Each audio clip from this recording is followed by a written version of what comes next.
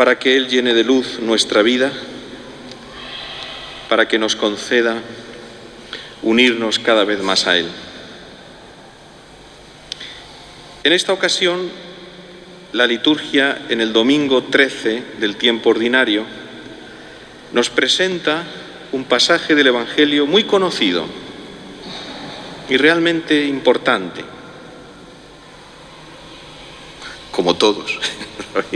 No se puede decir que hay una parte del Evangelio que sea más importante que otra. Estamos en el final del capítulo 5 del Evangelio de San Marcos.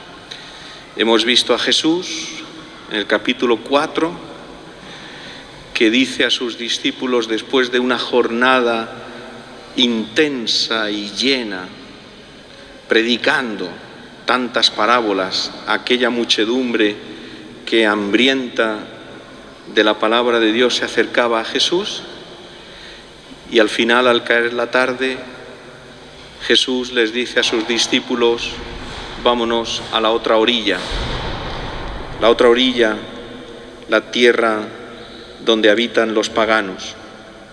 Y al llegar allí, Jesús se encuentra con aquellos habitantes de esa región, los gerasenos, medio paganos, que se dedicaban, entre otras cosas, a apacentar cerdos, un animal impuro. Por lo tanto, ningún israelita podía apacentar cerdos. De hecho, lo peor que le puede pasar al hijo pródigo es acabar comiendo la comida de los cerdos. Es decir, eso para un israelita es ya lo último. No se puede caer más bajo. Y vemos cómo Jesús cura a aquel endemoniado, y como consecuencia de la curación del endemoniado, los demonios entran en la piara de cerdos y presos de una locura extraña, toda esa piara de cerdos acaba ahogándose, echándose al acantilado abajo y ahogándose en el mar. Realmente es doloroso ver tanto cerdo perdido, sobre todo tantos jamones sin... Y acaban aquellos hombres que han sufrido una pérdida económica terrible a cambio de la curación de un endemoniado, pidiéndole a Jesús que se marche de su país. Y entonces comienza el Evangelio que hoy vamos a meditar, diciendo: Jesús atravesó de nuevo en barca a la otra orilla, y se le reunió mucha gente a su alrededor, y entonces se quedó junto al mar. Y allí se acercó siempre Jesús rodeado de gente. Es algo maravilloso, extraordinario, ver a nuestro Señor siempre en medio de una muchedumbre que se acerca a Él para alimentarse de la palabra de vida que Cristo ha venido a traer. Se acercó un jefe de la sinagoga que se llamaba Jairo, y al verlo se echó a sus pies, rogándole con insistencia: mi niña está en las últimas, ven, impón las manos sobre ella para que se cure y viva. Llama la atención ver a un jefe de una sinagoga, es decir, una autoridad religiosa en el pueblo, tal vez la más alta, que se postra a los pies de Jesús en un signo claro de adoración, de reverencia, y abriendo su corazón y presentándole a Jesús delante de toda aquella muchedumbre que seguramente contemplaban con estupor a este jefe de la sinagoga echado a los pies de Jesús, cómo le ruega por la curación de su hija querida. Y entonces le pide que haga sobre su hija lo que era habitual en aquella época, que era imponer las manos sobre el enfermo para que se cure y viva. Es decir, haz lo que hacen habitualmente los que curan. Y Jesús se fue con él y lo seguía mucha gente que lo apretujaba. Pero aquí el Evangelio de San Marcos ahora intercala otro acontecimiento, uniéndolo, porque de alguna manera están unidos los dos. La curación de la hija de Jairo y también la de una mujer, no se dice el nombre de ella, que padece flujos de sangre y que no tiene remedio para su enfermedad. Y entonces acude a Jesús a escondidas, discretamente, intentando hacerse camino en medio de la muchedumbre que apretujaba a Jesús y que se agolpaba alrededor del Señor, intentando ella hacerse camino para tocar, aunque fuera la orla del manto de Jesús. Apenas un hilo del manto de Jesús. Son dos curaciones que tienen una gran coincidencia, unos detalles importantes para comprender el sentido y el significado de estas dos curaciones. Se trata de dos mujeres. La mujer en la Biblia es, como nos dice el libro del Génesis, cuando Adán le puso a la mujer el nombre de Eva y dijo que es la madre de todos los vivientes. La mujer representa en la Biblia a la humanidad, es decir, la que da la vida, la que da la vida. Y estas dos mujeres tienen también algo en común, y es el número 12, porque la mujer enferma, la hemorroísa, como viene conocida, llevaba 12 años enferma. Y la hija de Jairo tenía 12 años. El número 12 en la Biblia representa al pueblo de Israel. Por eso conocemos nosotros las 12 tribus de Israel. Son dos mujeres, por lo tanto, que representan a Israel, al pueblo de Israel. Y dos mujeres enfermas, y además con una enfermedad muy clara que es la incapacidad de dar la vida, de mantener la vida, de retenerla y de darla. Y además el Evangelio no nos da el nombre.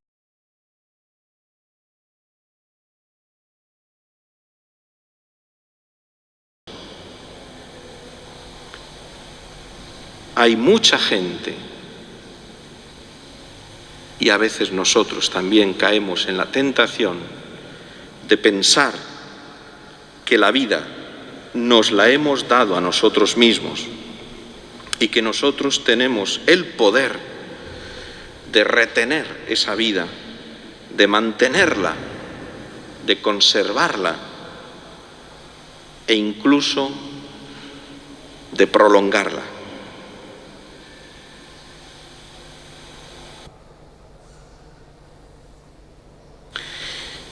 No quiero entrar en más detalles también, pero habría que reflexionar y seguramente habrá que estudiar y formarse bien para evitar contaminarse de esta cultura que nos rodea, en la que la vida humana viene despreciada. ¿De qué manera? La de los enfermos, la de los ancianos, la de las personas que sufren una enfermedad grave, incurable, y cuya desaparición y muerte viene presentada como una cosa buena. O esa cultura de hoy en día tan frecuente de fabricar hijos.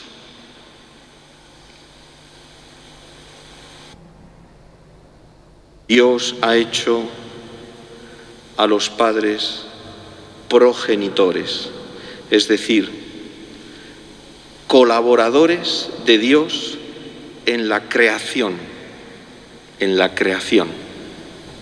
Colaboradores de Dios en engendrar nueva vida, colaboradores de Dios, no sustitutos de Dios, no manipulando la vida como si fuera una cosa que se puede manipular con las manos humanas o con instrumentos de laboratorio, para satisfacer una necesidad humana, legítima, de tener descendencia, pero de una manera que no es la que Dios ha establecido en su plan amoroso de la creación. Creó Dios el hombre y la mujer, y serán los dos una sola carne, y se unirá el hombre a su mujer, y Dios a ellos les encargó una misión: creced y multiplicaos. La manipulación no se concibe en el ser humano. En el origen de la vida tiene que haber siempre un respeto grande al plan amoroso de Dios en la creación. Y muchas más cosas al respecto, pero evidentemente no podemos entrar en ellos ahora.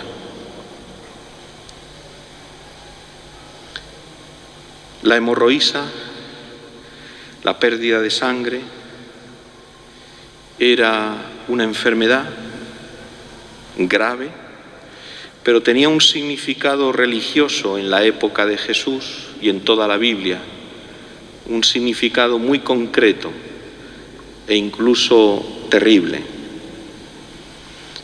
Para los israelitas, para la Biblia, la vida tiene su sede en la sangre. Por eso los israelitas no podían comer alimentos, animales, que no estuvieran sacrificados y a los cuales se les hubiera desprovisto de la sangre, animales que hubieran sido muertos por ahogamiento y que conservaban la sangre, porque la sangre es la sede de la vida, y el único que posee y es dueño de la vida es Dios. Por lo tanto, no se puede comer la sangre.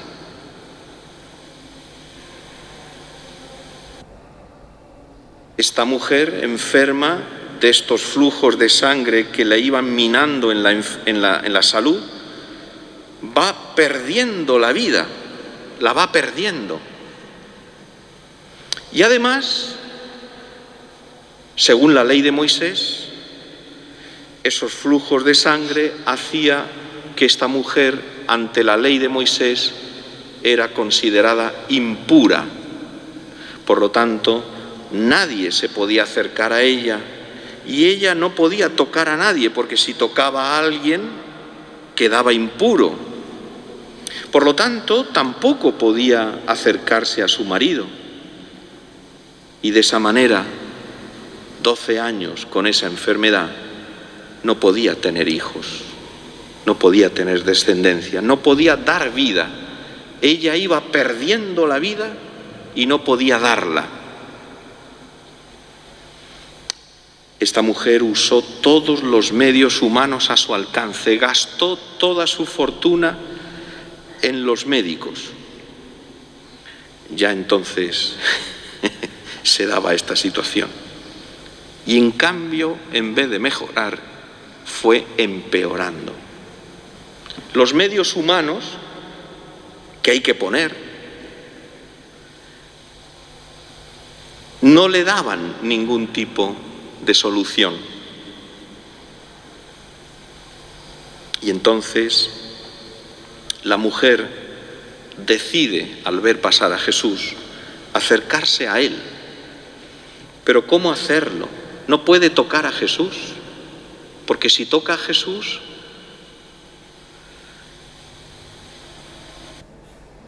lo contaminará y quedará impuro, y ella será castigada en público. Y entonces decide acercarse por detrás, discretamente, a escondidas, con toda humildad, evitando ser descubierta y aprovechando que toda la gente que hay alrededor de Jesús lo está apretujando y de alguna manera tocando. Y consigue, fruto de su fe y de su amor, llegar hasta Jesús, a pesar de la muchedumbre. Siempre hay una cosa en el Evangelio: la gente que rodea a Jesús, la muchedumbre, la multitud, siempre son un obstáculo para que otros lleguen a Jesús. Y esto tenemos que, en nuestra oración personal, decirle y pedirle al Señor: Señor, yo que soy de esos que están cerca de ti, ayúdame para que no sea nunca un obstáculo para que otros que están lejos se acerquen a ti y te encuentren y te toquen y se curen. Que los que estamos cerca de Jesús no impidamos que otros que a lo mejor nos parecen impuros, despreciables, gente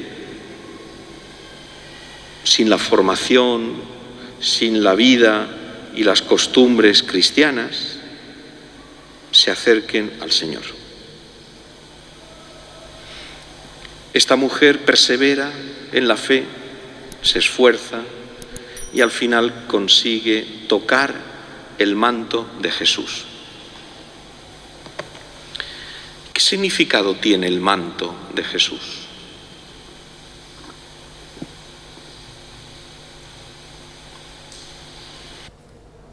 El manto de Jesús en la cruz fue rasgado en 4 partes y echado a suertes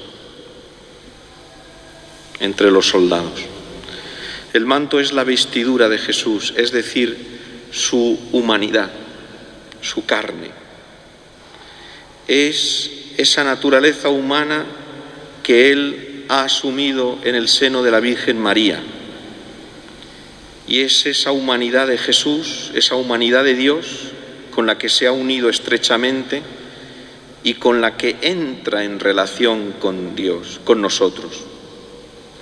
La vestidura, el manto de Jesús, representa ese Dios que se acerca hasta nosotros, pero haciéndose uno de nosotros. Un Dios que se deja tocar.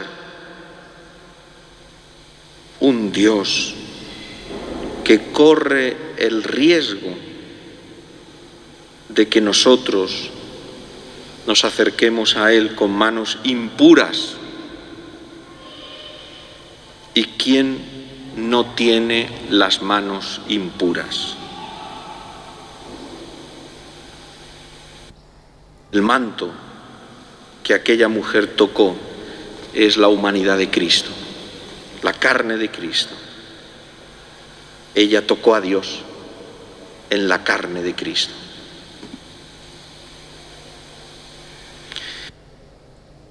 Qué poco meditamos sobre la grandeza de la encarnación del Hijo de Dios, de ese hacerse hombre y uno como nosotros en el seno de la Virgen María.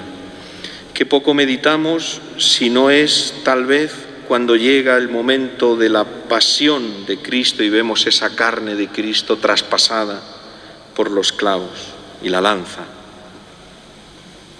Y qué poco meditamos en esa carne de Cristo resucitada que lleva en sus manos las huellas de los clavos.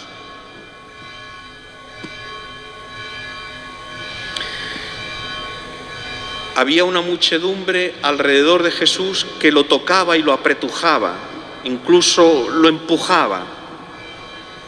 En cambio, solo aquella mujer consiguió tocar a Jesús de una manera tan especial que consiguió la salvación, porque tocó a Jesús con fe, porque solo la fe es lo que llega y lo que nos hace tocar a Jesús. Los demás se agolpan, se apretujan, admiran a Jesús, lo celebran, pero no hay fe. Y como no hay fe, no tocan a Jesús de una manera salvadora.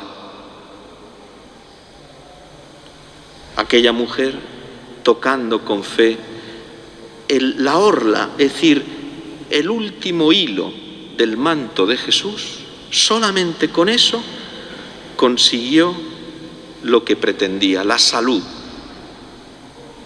Al tocar ese hilo, ese borde del manto, una corriente de vida divina, de vida sobrenatural, de vida verdadera, brotando de Jesús, llegó hasta aquella mujer y se le secó la fuente de las hemorragias y quedó curada. Ya dejó de perder vida porque había recibido la vida divina, y al recibir la vida divina ya entonces se convirtió en una criatura nueva, una transformación total. Lo que ocurre en el bautismo, lo que ocurre en el sacramento de la confesión, en el que vamos con nuestras heridas y nuestras hemorragias y vamos perdiendo la vida por todos esos pecados que tenemos, y que Cristo, al ser tocados con nuestro arrepentimiento tocamos el manto de Cristo, entonces Él seca la fuente de esas hemorragias, cura nuestras heridas y nos regenera, nos engendra a una vida nueva, para vivir ya esa vida divina que tenemos que vivir en la tierra.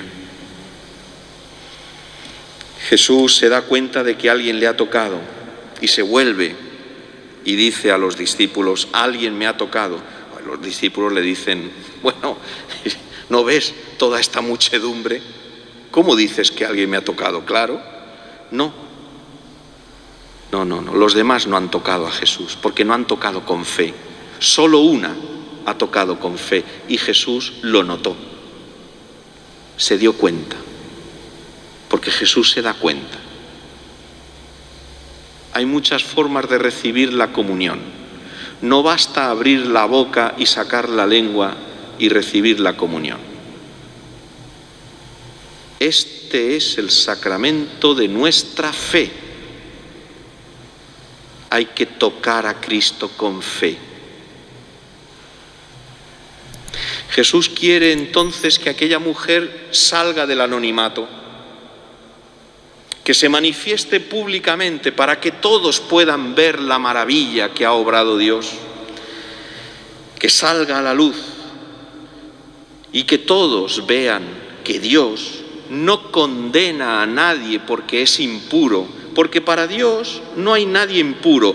Hay actos impuros, sí, pero no hay corazones, personas, seres humanos impuros. Dios no rechaza a nadie. Dios quiere que se cure, Dios quiere que cambie, Dios quiere que mejore, pero no rechaza a nadie, no abandona a nadie, no expulsa a nadie, porque quiere que se salve, quiere que cure, quiere que no pierda la vida, sino que quiere comunicarle la vida. Para eso ha entregado Jesús su vida en la cruz, para que nosotros vivamos de esa vida. Y entonces la mujer confiesa con toda humildad y también con cierto temor. Y Jesús le dice, vete en paz. Es decir, en paz, la palabra shalom en hebreo es la felicidad, el gozo, la plenitud de vida, ¿no? Vete a la felicidad, sé feliz. Vete en paz, quiere decir esto. Creo que esto también se dice en la confesión, ¿eh? Y en la confesión quiere decir lo mismo. O sea, no se dice, vete en paz, así como diciendo, ya está bien, ¿no? No.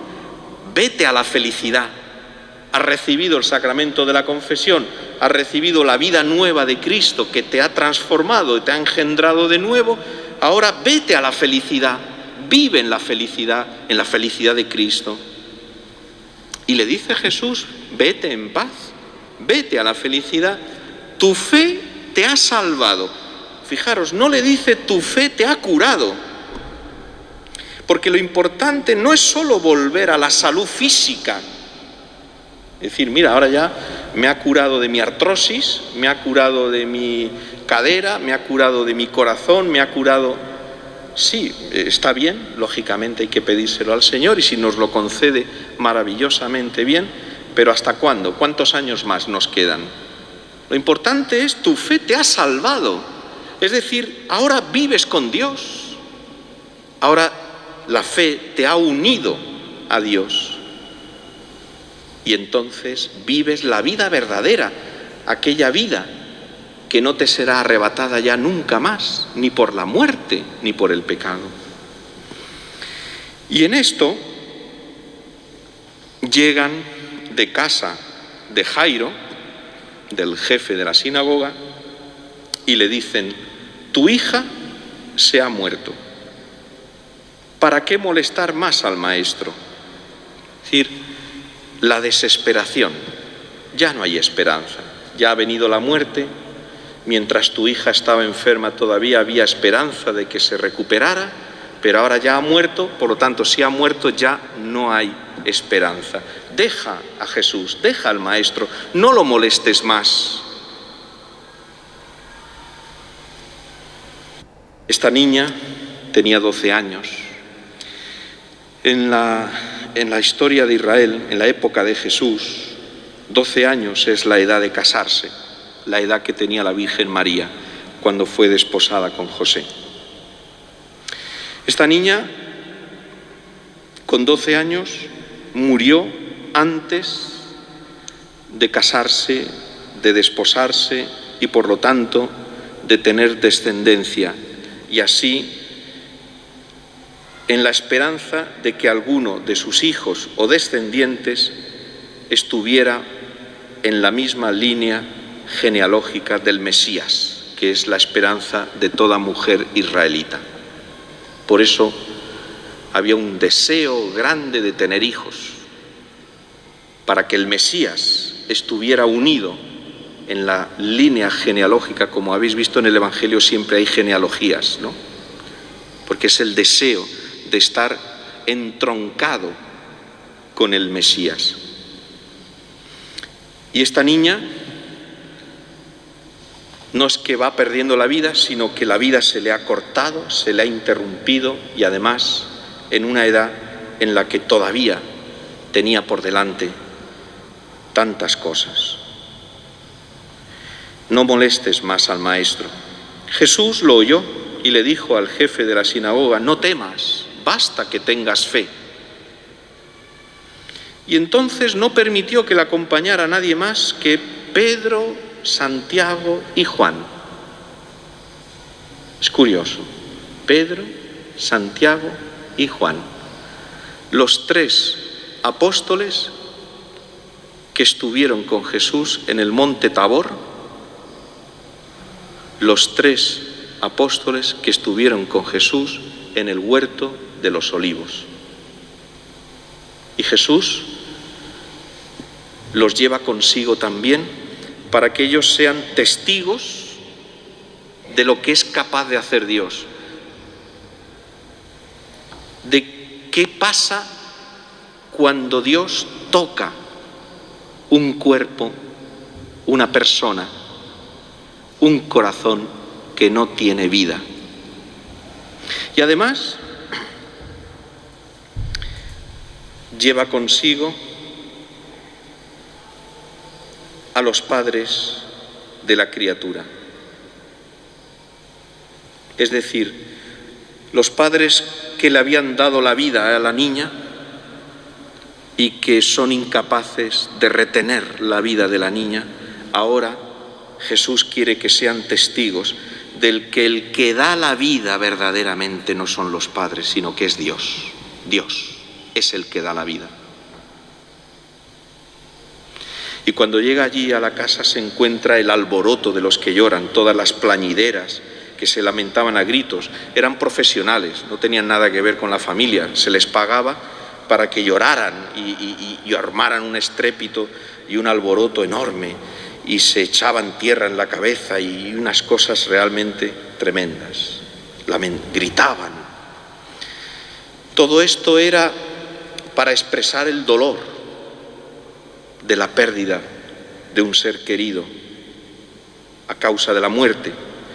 Pero también todos esos gritos, todos esos lamentos, era como un intento absolutamente vano, ineficaz, de devolver a la vida, de despertar de la muerte a ese ser querido para que vuelva a la vida, a fuerza de gritos, a fuerza de estrépito, de alboroto, de lamentos. Pero es en vano, está muerta, no va a volver a la vida. Y Jesús, que escucha todo aquello y nos da, es una escena espectacular, preciosa, para darnos a entender la actitud de Jesús ante la muerte. Porque hemos visto a Jesús que llora ante la muerte de Lázaro, pero no había desesperanza, había dolor y pena, pero no desesperanza. Por eso Jesús lloró. Y aquí, en cambio, cuando ve todo ese espectáculo fúnebre, tétrico, lleno de desesperanza, dice: qué estrépito y qué lloros son estos. La niña no está muerta, está dormida. Para los cristianos, la muerte no es el final, es el sueño que nos da la posibilidad de despertarnos a la vida verdadera, no a la vida de aquí, que no es la verdadera. No es el sueño físico con el que nos despertamos cada mañana. La muerte es el sueño que nos despierta a la vida verdadera. Y todos se reían de él, como pasa también hoy a tanta gente que se ríe de Jesús y de aquellos que quieren tomarse en serio la vida cristiana. Pero él los echó fuera a todos. Cuando Jesús se pone, vamos a decir, los echó a todos. Y con el padre y la madre de la niña y los apóstoles entró donde estaba la niña.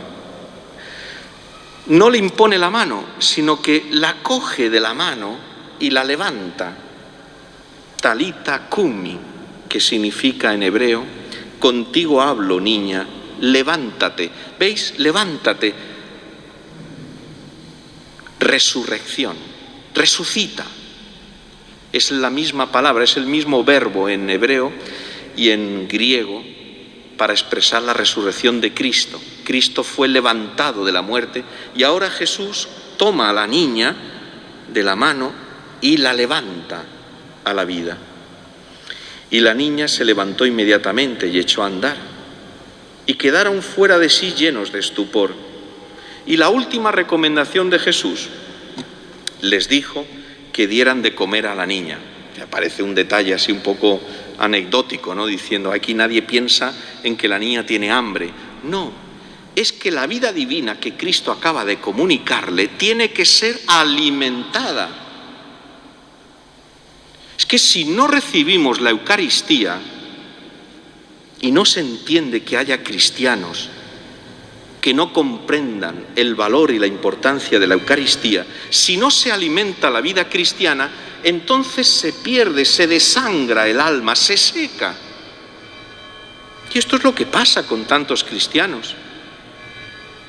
Por falta de alimento, por falta de comunicación con el amor de Cristo, la fe se va debilitando. Y debilitándose la fe, cada vez Dios aparece como más lejano, como más indiferente a nuestra vida, como alguien que está pero no se sabe muy bien dónde. Qué importante es alimentar esa vida divina que se ha recibido. Estas dos curaciones nos ayudan a entender nuestra vida. Tenemos que tocar la humanidad de Cristo. Y eso significa recibir los sacramentos, recibirlos, prepararse muy bien para recibirlos, aprender a recibirlos cada vez mejor. Siempre podemos aprender cada vez más. La Eucaristía, la confesión, el bautismo, por supuesto, la confirmación, el sacramento del matrimonio, la unción de los enfermos. Es tocar a Cristo para que cure esas hemorragias nuestras por donde se nos va la vida, todos esos pecados y esas faltas de amor que son como hemorragias que nos van desangrando y que nos van haciendo perder vida y perder alegría y perder ilusión. Tocar la humanidad de Cristo, los sacramentos, y tocando con fe la humanidad de Cristo, vivir la vida de Cristo.